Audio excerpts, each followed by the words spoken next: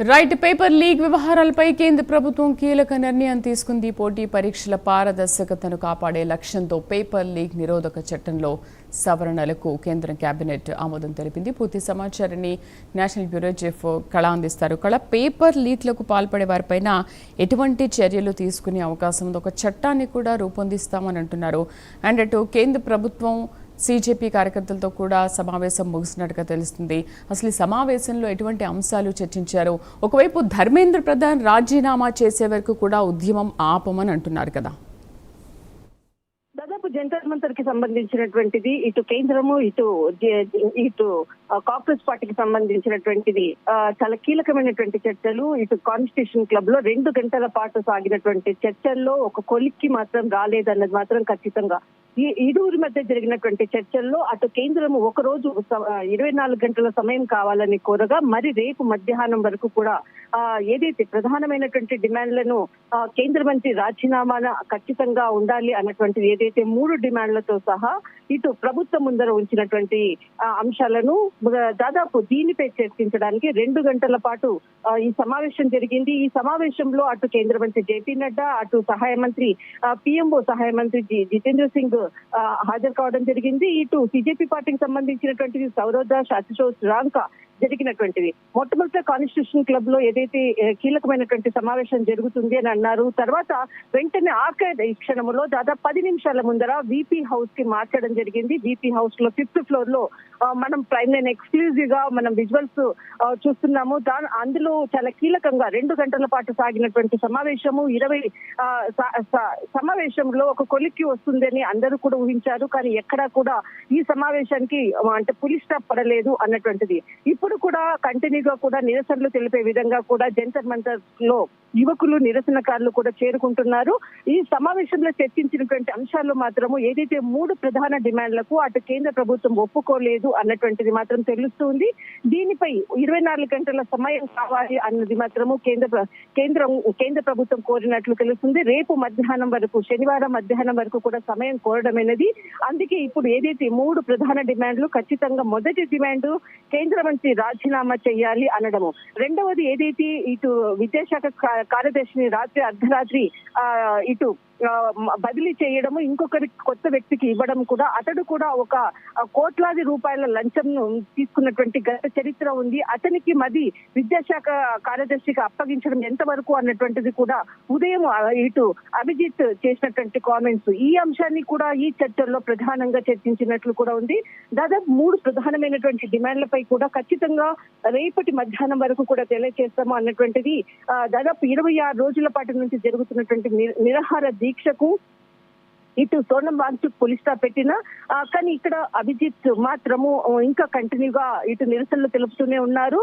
దాదాపు రేపటి వరకు కూడా 24 గంటల సమయం ఇవ్వడంతో ఒకసారిగా కూడా ఈ రోజు కూడా కంటిన్యూగా మెట్రో స్టేషన్స్, తర్వాత నెట్వర్క్ వ్యవస్థనంతటిని కూడా స్తంభింప చేయడము. ప్రస్తుతం మాత్రము చర్చలు ఫలప్రదం కాలేదు అన్నది మాత్రం కీలకంగా.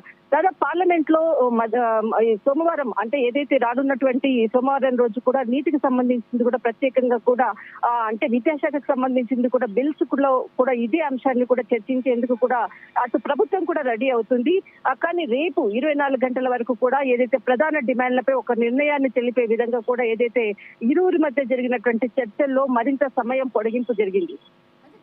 పెట్టిన ఈ డిమాండ్స్ పైన నష్టపరిహారం చెల్లించాలి, ₹1 కోటి ఇవ్వాలి, అండ్ కేసులు కూడా ఎత్తువేయాలి. ఈ డిమాండ్స్ పైన కేంద్ర మంత్రులు సుముఖంగా ఉన్నారా? ఈ 24 గంటల్లో ఎటువంటి స్పందన వచ్చే అవకాశం ఉంది? అండ్ ధర్మేంద్ర ప్రధాన్ రాజీనామా చేయాలి అంటున్న నేపథ్యంలో అసలు వాళ్ళ స్పందన ఎలా ఉంది? కేంద్ర మంత్రుల స్పందన ఎలా ఉంది రాజీనామా పైన? ఏదైతే కేంద్ర మంత్రి రాజీనామా చేయాలి అన్నటువంటి దానిపై ఇటు కేంద్ర ప్రభుత్వానికి సంబంధించినటువంటి అటు కేంద్ర హోంమంత్రి జేపీ నడ్డా కానీ, జితేంద్ర సింగ్ కానీ ఈ అంశంపై ఎలాంటి వివరణ కూడా ఇవ్వలేదు. అటు దీనిని ప్రధానంగా మేము కోరడం జరిగింది అంటూ కూడా సిజేపీ వెల్లడించినటువంటిది. కానీ దీనిపై వీళ్ళ స్పందన ఇప్పటి వరకు కూడా ఎలాంటి స్పందన చెప్పలేదు. కానీ ఏదైతే అంటే గత 2 రోజుల నుంచి జరుగుతున్నటువంటి పరిణామాల్లో పార్లమెంట్ లో చర్చించడానికి ప్రభుత్వం సిద్ధంగా ఉంది. ఆ చర్చించిన తర్వాత పరిణామాలను బట్టి ఆలోచిద్దాము అన్నటువంటి అంశాన్ని కూడా ఇప్పుడు చర్చల్లో కూడా అదే అంశాన్ని కూడా మరొకసారి ఇక్కడ చర్చల్లో పాల్గొన్నటువంటి వారితో కూడా చర్చించడం జరిగింది. కానీ ఇక్కడ మాత్రం పార్లమెంట్ లో చర్చించే కన్నా ముందుగా మొట్టమొదట కేంద్ర మంత్రి రాజీనామా చెయ్యాలి అన్నటువంటి ప్రధానమైనటువంటి డిమాండ్ అభిజిత్ ఇది సిజేపీ పార్టీ కోరుతున్నటువంటిది. కానీ ఇప్పుడు ఈ రోజు జరిగినటువంటి చర్చల్లో ఇటు కేంద్ర మంత్రి రాజీనామానే ముఖ్యమైనటువంటి మొట్టమొదటి పాయింట్ గా పెట్టడము, దానితో ఈ రోజు చర్చలు ఫలప్రదం కాకపోవడము అన్నది ముఖ్యమైనటువంటిది. దాదాపు అంటే మరణించినటువంటి వారికి ఏదైతే ఆర్థికపరమైనటువంటి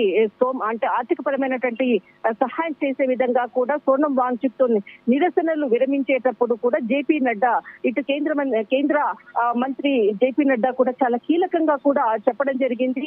ఖచ్చితంగా దీనిపై ప్రభుత్వం ఆలోచిస్తుంది అన్నటువంటిది కూడా ఈ నిన్న అర్ధరాత్రి జరిగినటువంటి చర్చల్లో ఒప్పుకోవడం కూడా జరిగింది. మరొకటి ఇక్కడ దాదాపు అంటే విద్యాశాఖకు సంబంధించినటువంటి కార్యదర్శిని మాత్రము ఒక అంటే ఆల్రెడీ అనేక కుంభకోణాల్లో ఉన్నటువంటి వ్యక్తిని పశువర్ధక శాఖలో అనేక కోట్ల రూపాయలను కూడా అతడు ఏదైతే జరిగినటువంటి లోపాల్లో కూడా అతడు కూడా ఒక కీలక వ్యక్తిని అతన్ని మరి తెచ్చి విద్యాశాఖకు అప్పగించడం ఎంతవరకు సబబు అన్నటువంటి విషయాన్ని కూడా ఈ రోజు చర్చల్లో చాలా కీలకంగా చెప్పడం జరిగింది. దాదాపు ఇరువురి మధ్య జరిగినటువంటి చర్చల్లో 24 గంటల సమయాన్ని కోరడము, రేపు మధ్యాహ్నం వరకు కూడా మరింత కూడా మరొకసారి భేటీకి దాదాపు వీపీ హౌస్ అంటే వీపీ హౌస్ లోనే చర్చలు జరిగేటటువంటి అవకాశం కూడా ఉంది ప్రస్తుతం. రైట్ కళ, థ్యాంక్ యూ. आज हम आंदोलनकारी लोगों के विषयों पर चर्चा करने के लिए यहाँ आए थे. लगभग 2 घंटे बातचीत चली. सरकार की ओर से मैं और मेरे साथ भारत सरकार के मंत्री जितेंद्र सिंह जी बातचीत में शामिल हुए. उनकी बातें हमने सुनी. बातें सौहार्दपूर्ण वातावरण में हुई और कई दृष्टि से उन सारी बातों पर हर तरीके से चर्चा हुई. उनकी मुख्यतः 3 डिमांड थी और 5 सुधार के दृष्टि से परीक्षा में सुझाव नहीं. हमने उनको कहा है कि हम कल फिर आपके साथ दोपहर बाद मिलेंगे और फिर हम आपसे जो चर्चा proper system and very strong system in place for the future of the student. This has to be our priority. So by disrupting the parliamentary procedures and house, it will not yield any result. I would like to request once again to Rahul Gandhi ji and all the opposition members that better sense should prevail, that you cannot indefinitely create trouble in the parliament to prevent discussion. It's wasting the time of all the members. You all know very well it is very critical to let the parliament function. And when all the matters are to be discussed, taking into account the demands of all the members, why Congress party and some of their allies are disturbing the parliament proceedings, I don't understand. It would be nice if any demand they have to make,